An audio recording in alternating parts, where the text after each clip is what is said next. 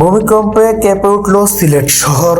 ভূমিকম্প অনুভূতি হয়েছে দেশের উত্তর পূর্বাঞ্চলের বেশ কয়েকটি জেলাতেও।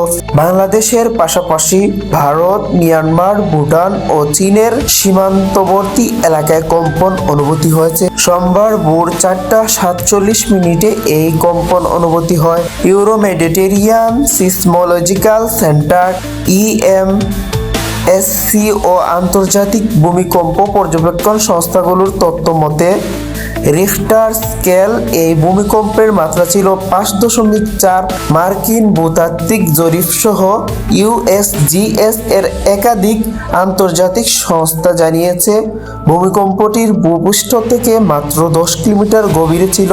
এর কেন্দ্রস্থল ছিল ভারতের আসাম রাজ্য দিন শহর থেকে মাত্র 4 কিলোমিটার পশ্চিমে এবং আসামের রাজধানী গুয়াহাটি থেকে 73 কিলোমিটার উত্তর পূর্বে। ভৌগোলিক অবস্থানের কারণে সিলেট অঞ্চল এই কেন্দ্রের খুব কাছাকাছি হওয়ায় সিলেটের কম্পন তীব্র অনুভূতি হয়েছে। সিলেট নগরীর জিন্দাবাজার উপশহর, আম্বরখানা, টিটাগড়, শাহপরান থানা এলাকা ছাড়াও দক্ষিণ সুরমা, জৈন্তাপুর ও কোম্পানীগঞ্জ উপজেলায় কম্পন অনুভূতি হয়েছে বলে স্থানীয়রা জানায়।